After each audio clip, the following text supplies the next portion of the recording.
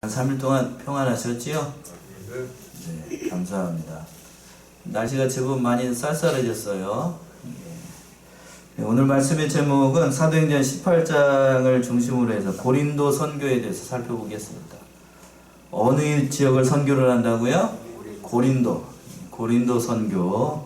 본문의 말씀 이제 18장 1절에서부터 17절까지는 세 개로 나눠서 살펴볼 수가 있겠어요. 8절까지는 바울이 고린도 지역을 선교한 것에 대해서 말씀을 하는 것이고요. 또 9절에서부터 11절까지는 그때 선교할 때에 주님이 예수님께서 한산 가운데 나타나셔가지고 바울을 격려하는 아주 은혜로운 말씀이에요. 9절에서부터 11절까지.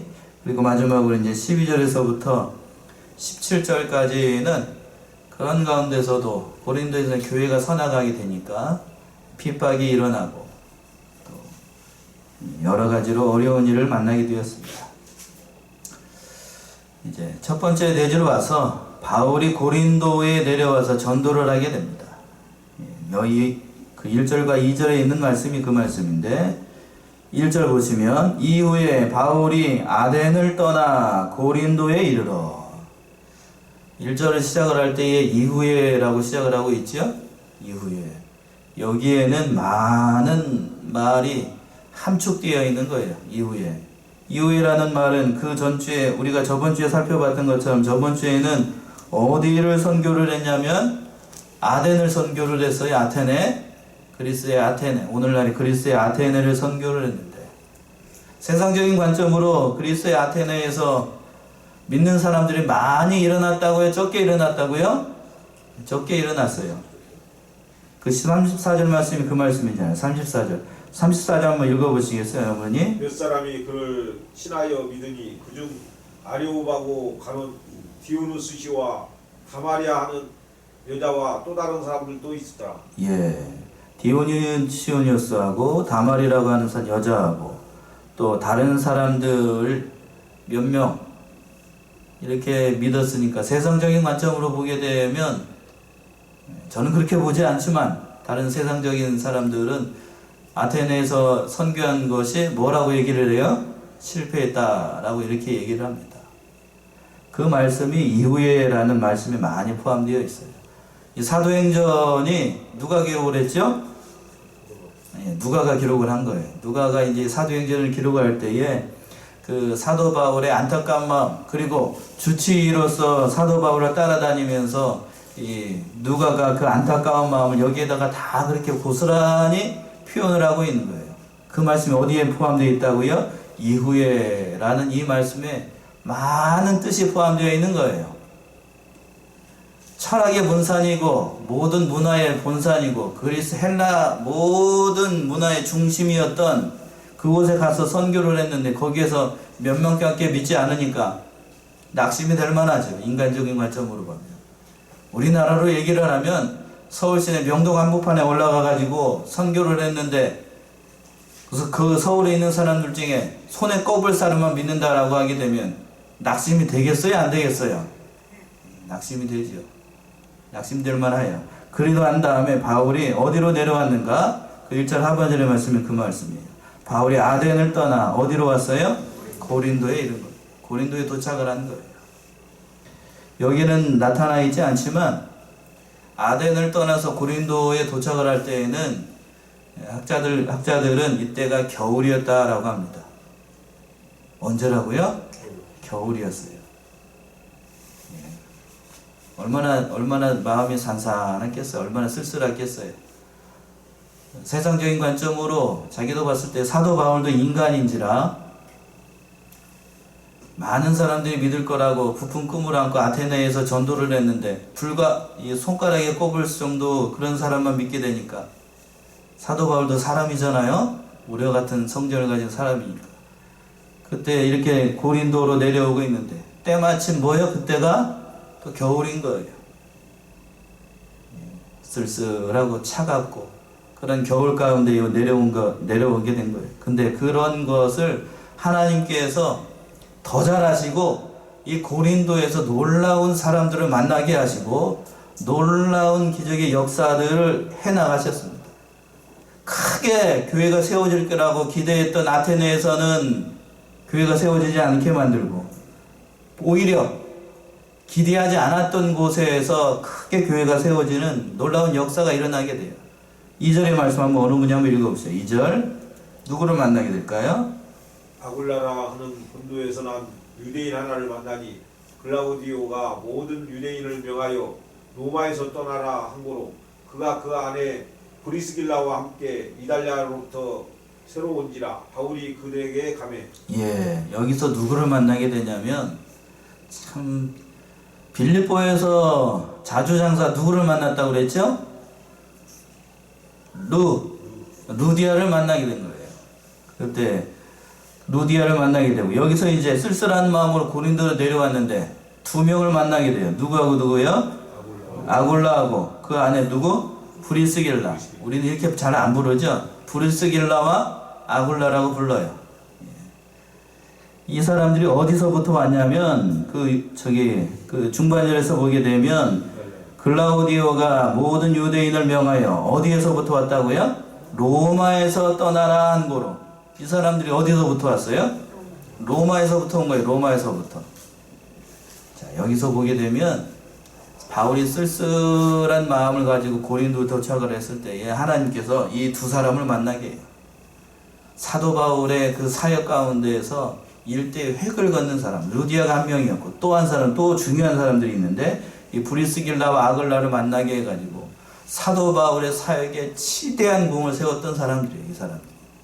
그 사람을 만나게 해가지고 어떻게 만나게 했는가? 로마에서부터 유대인들은 다 쫓아내라는 칙령이 떨어져요. 그러니까 갈 데가 없으니까 이 브리스길라 아굴라가 쫓겨와가지고 어디까지 오게 되는 거예요? 지금 고린도까지 오게 된 거예요. 하나님의 섭리가 이렇게 만들어가지고 쓸쓸하고 좀 스산한 마음이 든 사도 바울을 만나게 하신 거예요. 이게 하나님의 섭리예요. 하나님의 섭리.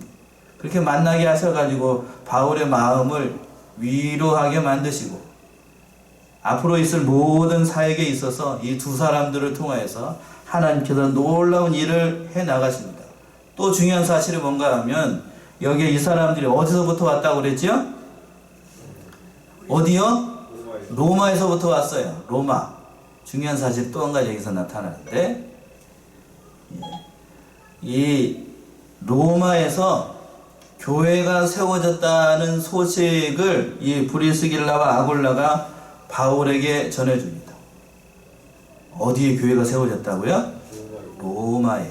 그때 이 고린도 지역에서 추운 겨울을 보낼 때에 사도 바울이 뭐를 기록하게 되냐면, 신약 성경 중에서 가장 눈부신 성경이 뭐를 기록하게 되냐면 로마서를 이때 쓰게 돼요.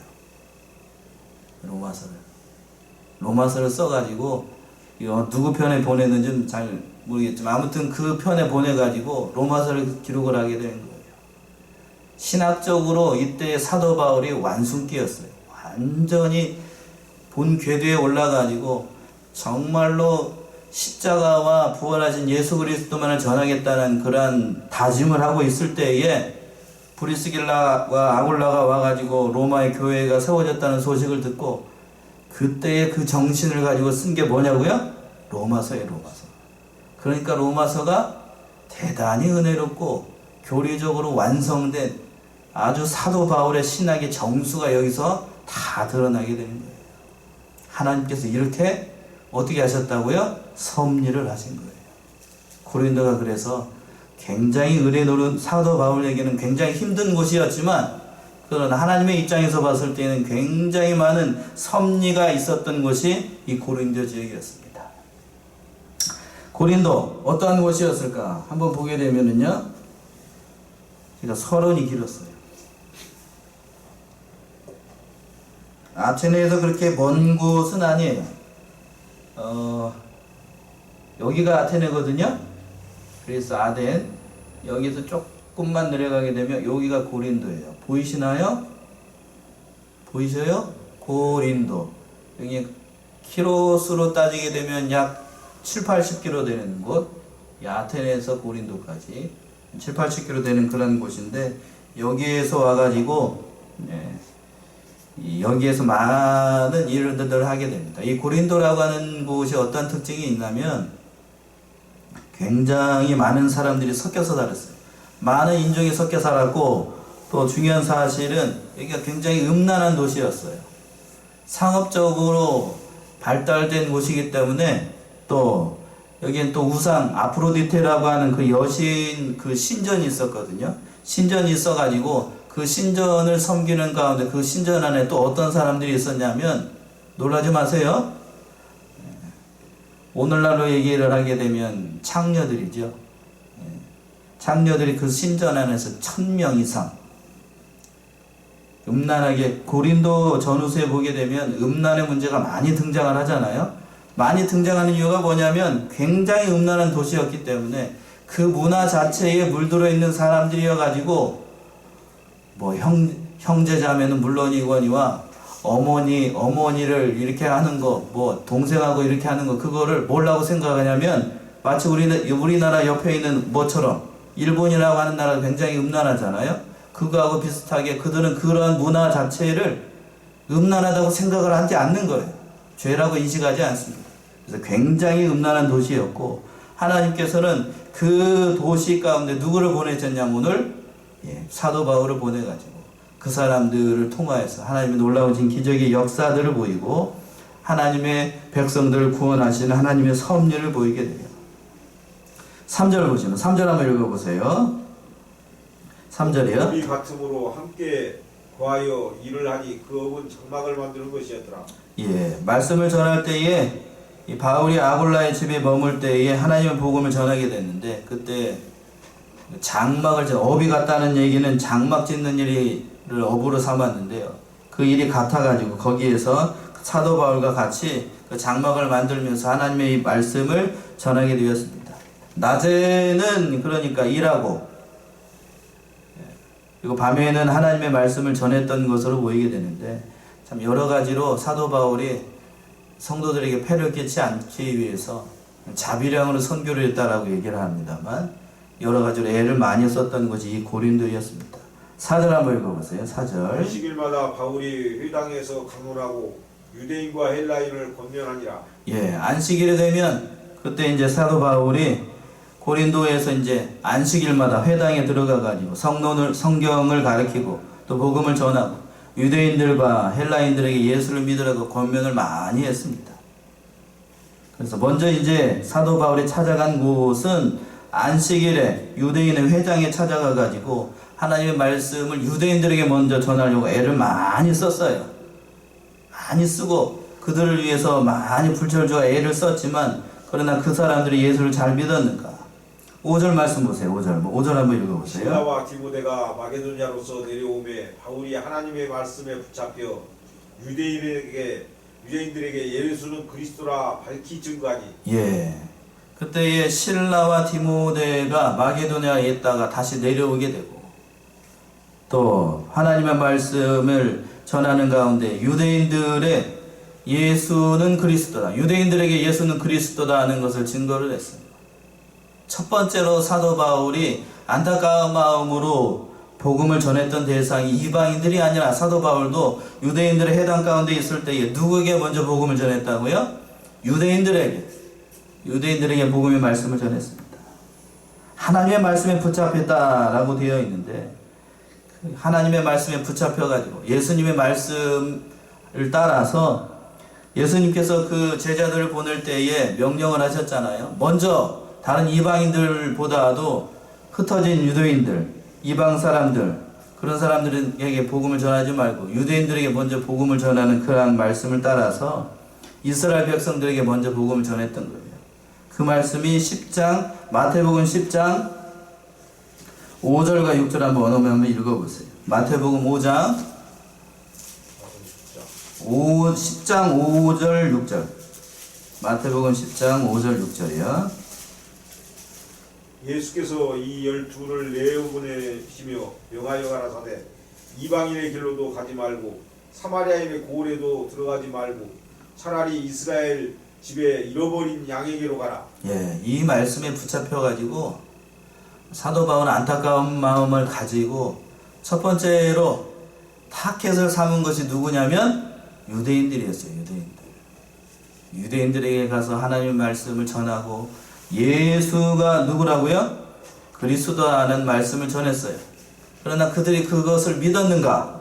아니, 안타까운 사실은 사도 바울이 전하는 이 복음을 그들은 믿기는커녕 대적하고 회방하고 역시 마찬가지였습니다. 안타까운 믿음의 역사가 일어나는 거예요. 그래서 그들이 어떻게 했는가? 그 말씀을 듣고 사도 바울이 어떠한 행동을 취하게 되는가? 6절의 말씀이 그 말씀이죠. 6절 한번 읽어보세요. 저희가 대적하여 해방하거늘 바울이 옷을 떨어 가로되 너희 피가 너희 머리로 돌아갈 것이요 나는 깨끗하니라 이후에는 이방인에게로 가리라 하고. 예, 참 안타까운 말씀이에요.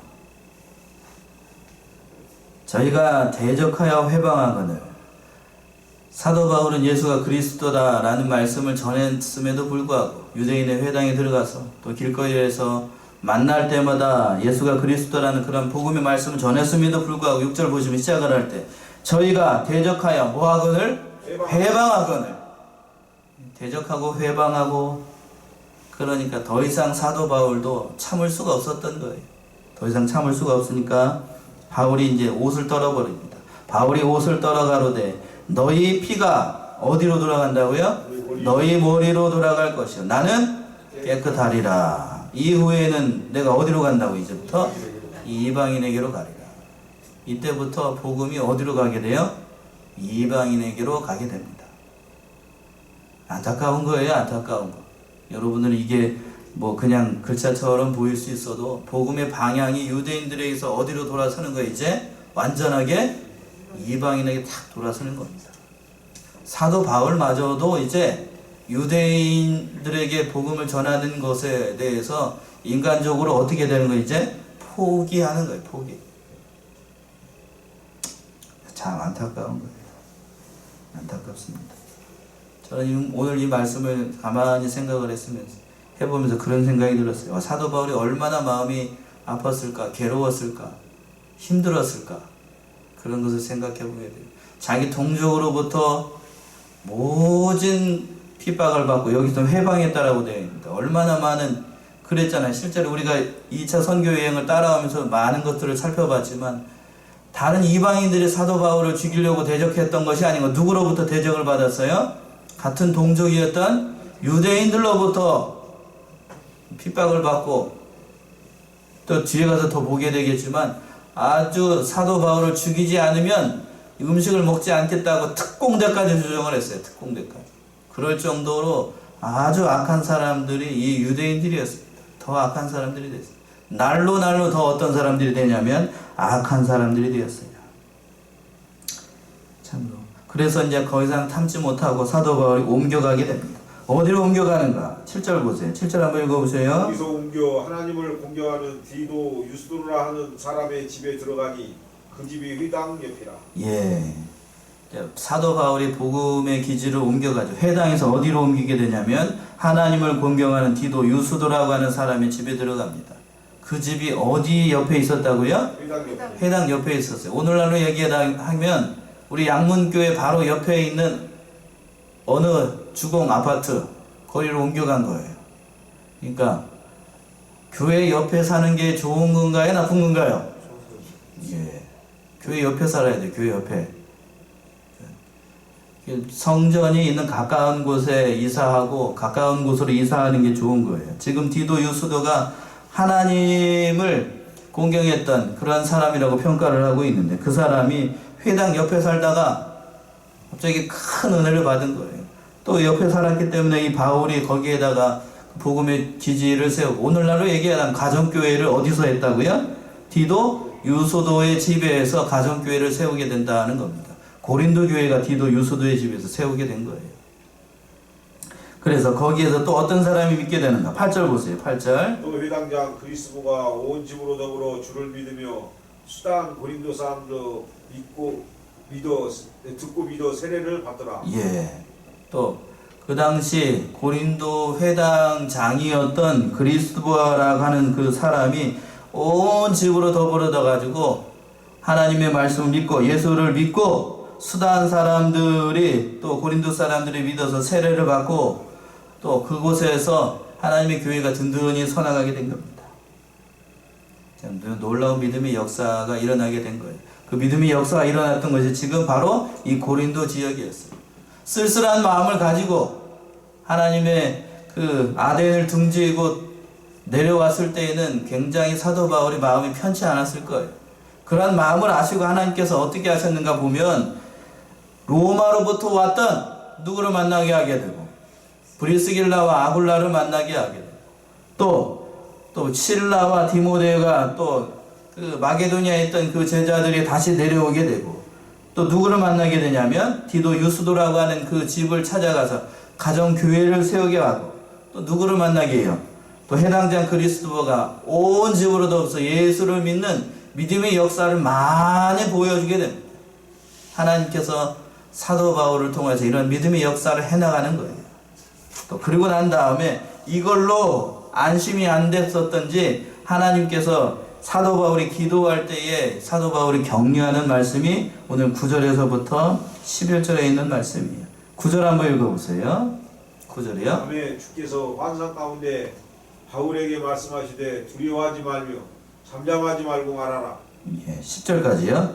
내가 너와 함께 있음에 아무 사람도 너를 데려가여 해롭게 할 자가 없을 것이니 이는 이 성 중에 내 백성이 많음이라 하시더라. 예, 사도 바울이 이 하나님의 놀라운 역사가 일어나게 되니까요, 밤에 하나님 앞에 기도하게 된 거예요. 환상이라고 하는 것은 기도했다는 거예요. 깊은 기도할 때에 사도 바울에게 그리스도 예수님이 나타나신 거예요. 예수님이 나타나셔가지고 뭐라고 말씀을 하시냐면 뭐라고 말씀하셔요? 두려워하지 말며 또 잠잠하지 말고 말하라 라고 말씀하시고 또 계속해서 내가 너와 함께 있음에 아무 사람도 너를 대적하여 어떻게 하지 못할 것이다.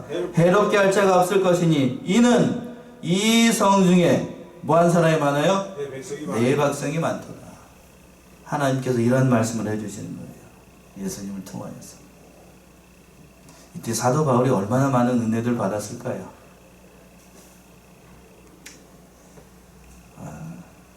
참 말할 수 없는 은혜를 받았을 거예요.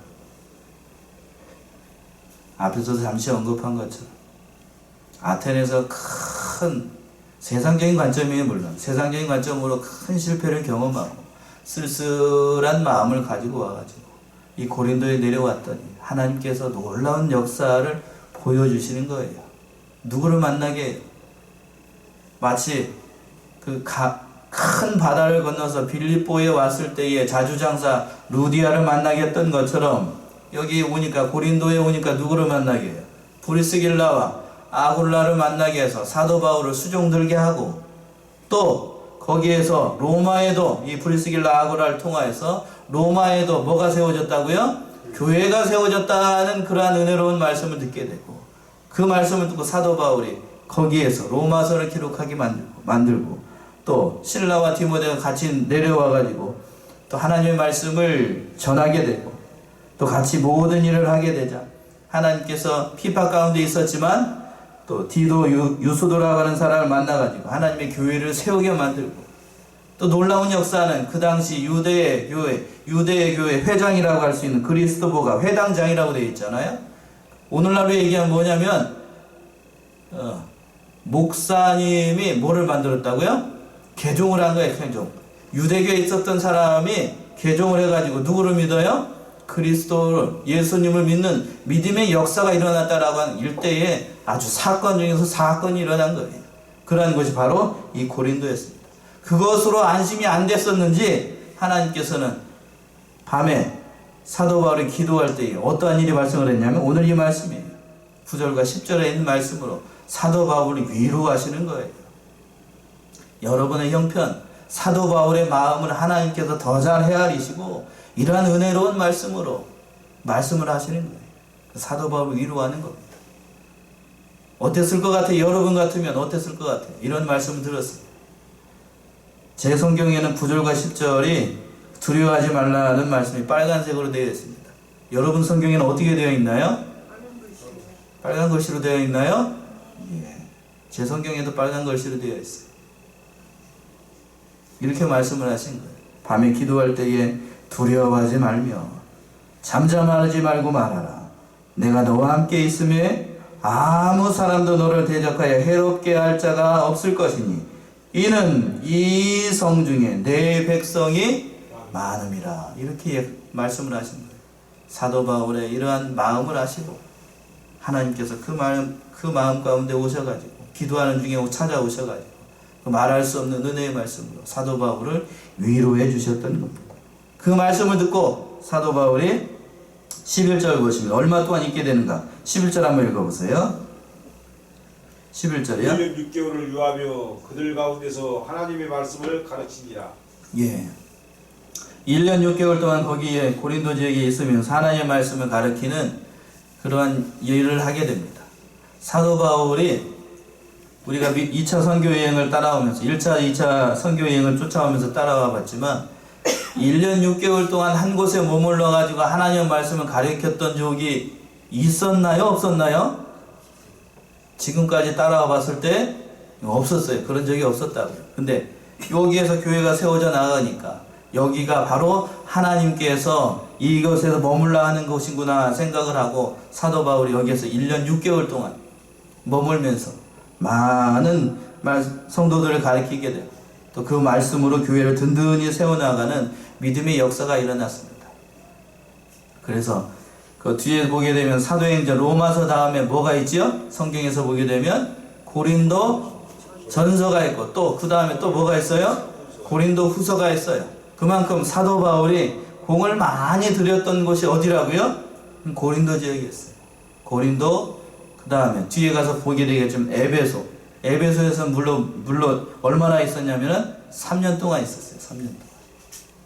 3년 동안 있으면서 에베소 교회를 세우게 만들고 그리고 두 번째로 여기가 고린도 지역에서 1년 6개월 동안 있으면서 많은 성도들을 믿게 하고 택한 백성들을 많이 믿게 해서 하나님의 말씀으로 교회를 든든히 서해 나아가는 믿음의 역사가 일어났던 것이 바로 고린도 지역이었습니다. 하나님께서는 이렇게 역사를 하시는 거예요. 이렇게 일하신다고요. 이러한 믿음의 역사가 일어나니까 반대편으로 어떠한 일이 발생을 하는가? 교회가 든든히 서나가고 하나님의 일이 잘 되게 되면 누구도 같이 일어난다고요. 어떠한 일도? 마귀의 일도 일어나는 거예요. 마귀의 일도 일어났습니다. 그래서 핍박이 일어나는 거예요. 12절 말씀이 그 말씀이잖아요. 12절 한번 읽어보셔요. 갈리오가 아가야 총독 되었을 때 유대인이 일찍 일어나 바울을 대적하여 재판자리로 데리고 와서 예, 유대인들이 바울에게 송사를 하는 겁니다. 갈리오라고 되어 있는데 갈리오가 아가야 총독이 되었을 때에 유대인이 일제히 일어나 바울을 대적하여 재판자리로 데리고 와서 이 갈리오라고 하는 사람은 매우 선한 사람입니다. 또 사리분별이 명확하고 명석하였던 그러한 현명한 사람이었어요. 이 성경 그 학자들 역사서에 보게 되면 갈리오라고 하는 사람은 철학자 세네카의 형제라고 합니다. 그러니까 굉장히 유명한 유명인사 가운데 한 사람이었었는데 거기에서 총독으로 있을 때에 이러한 일이 발생을 한 거예요. 어떤 일이 발생을 했는가? 13절 한번 읽어보세요. 13절. 말하되 이 사람이 율법을 어기어 하나님을 공경하니라고 하라고 사람들을 권한다 하거늘. 예. 그때에 유대인들이 바울을 대적해서 송사했습니다. 송사한 내용은 두 가지였어요. 첫 번째는 하나님의 말씀인 율법을 어긴다는 것이고 두 번째는 사람들에게 하나님을 공경하는 법을 잘못 가르친다는 그런 죄목을 씌워가지고 거짓이지요. 죄를 꾸며가지고 송사를 하고 거짓으로 이렇게 송사를 했습니다. 그 말을 듣고 한편 말을 듣고 이 갈리오라고 하는 사람이 어떻게 현명하게 판단을 했는가 하는 말씀이 14절과 15절에 있는 말씀이에요. 먼저 한번 14절 한번 읽어보시겠어요? 14절. 입을 열고자 할 때 갈리오가 유대인들에게 이르되 너희 유대인들이 만일 무슨 부정한 일이나 괴악한 행동이었으면 내가 너희 말을 들어주는 것이 가하거니와. 예. 그때 이 말을 듣고 자신을 송사하는 사람들을 사도 바울이 일어나서 말하려고 하니까 갈리오가 먼저 얘기를 하는 거예요. 뭐라고 얘기를 하는가 하면 유대인들에게 이르되 너희 유대인들아 만일 무슨 부정한 일이나 괴악한 행동이 있으면 내가 너희의 말을 들어주는 것이 가하거니와. 쉽게 말씀을 드리면 세상 법으로 한계를 정한 겁니다.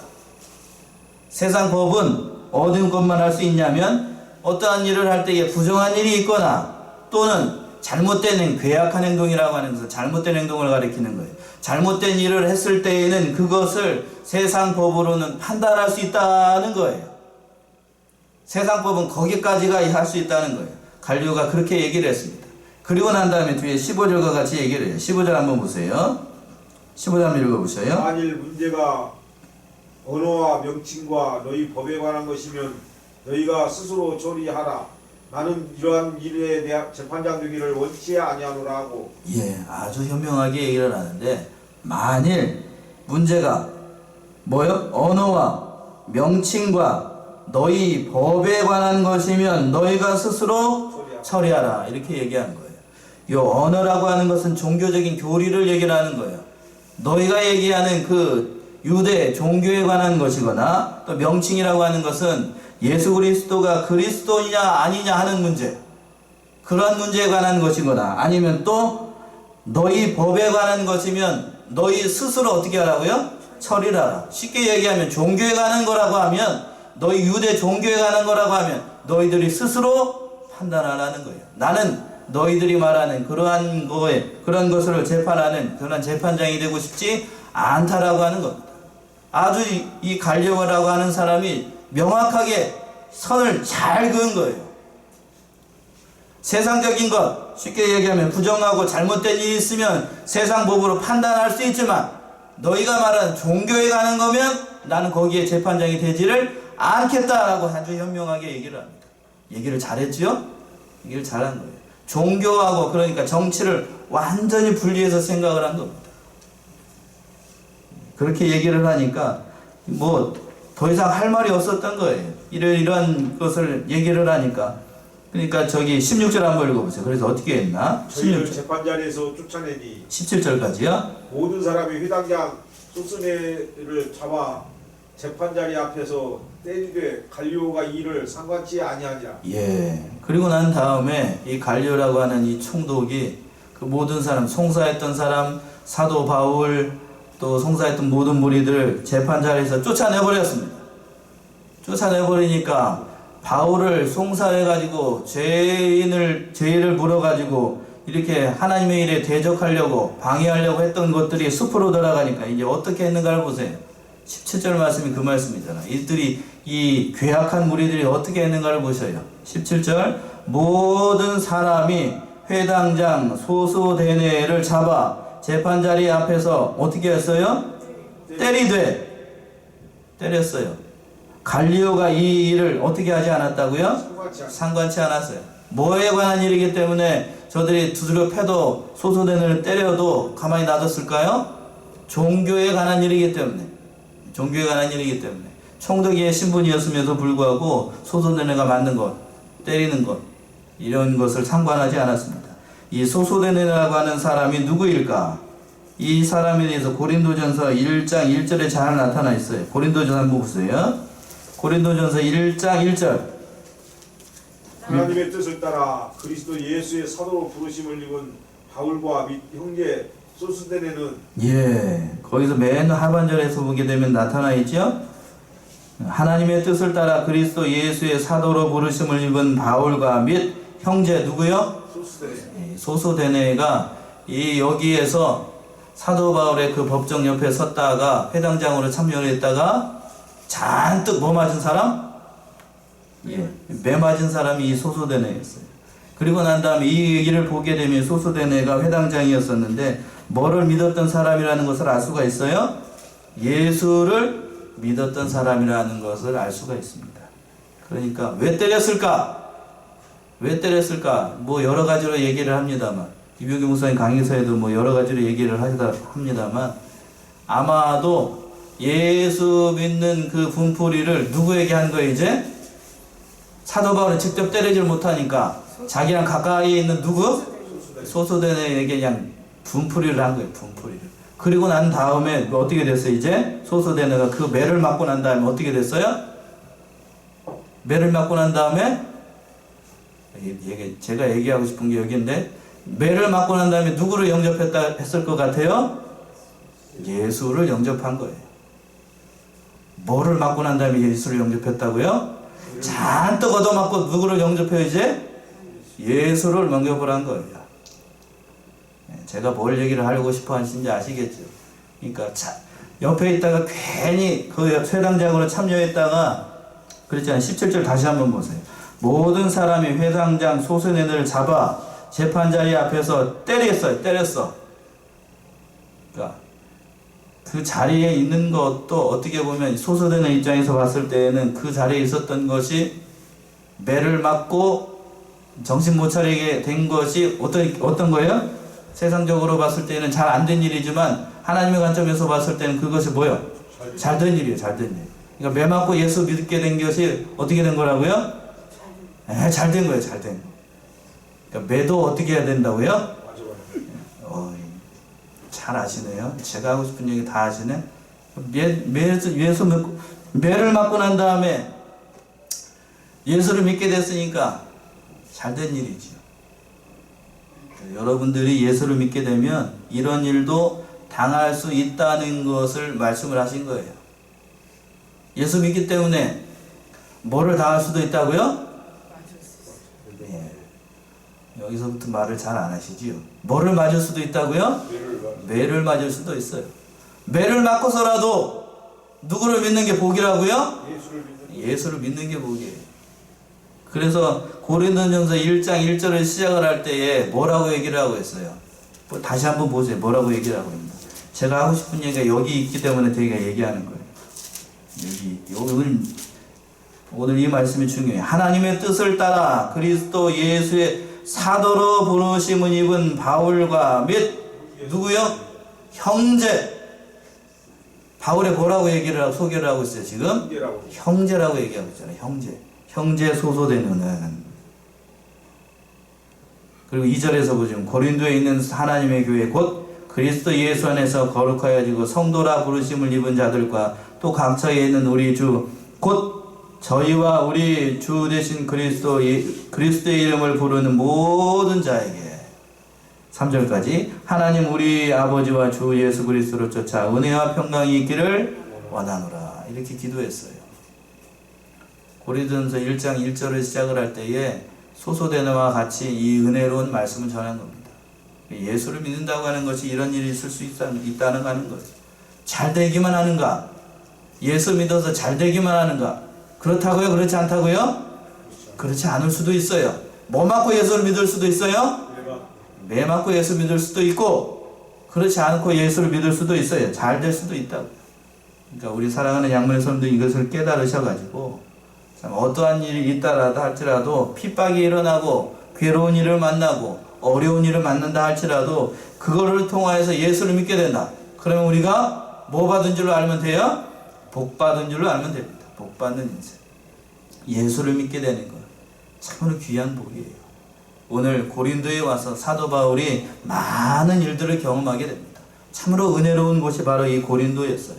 사도 바울 입장에서는 굉장히 괴로운 것이었지만 그러나 하나님께서는 이 괴로운 가운데 있는 사도 바울을 통하여서 고린도 교회를 세워나가고 많은 믿음의 사람들 옆에 붙여가지고 고린도 교회를 세워나갔다는 사실을 믿으시고 우리가 예수를 믿어서 잘 되지 않을 수도 있어요. 그렇다 할지라도 끝까지 믿음 생활 잘 해나가는 저와 여러분들이 다 되시기 바랍니다. 기도하겠습니다.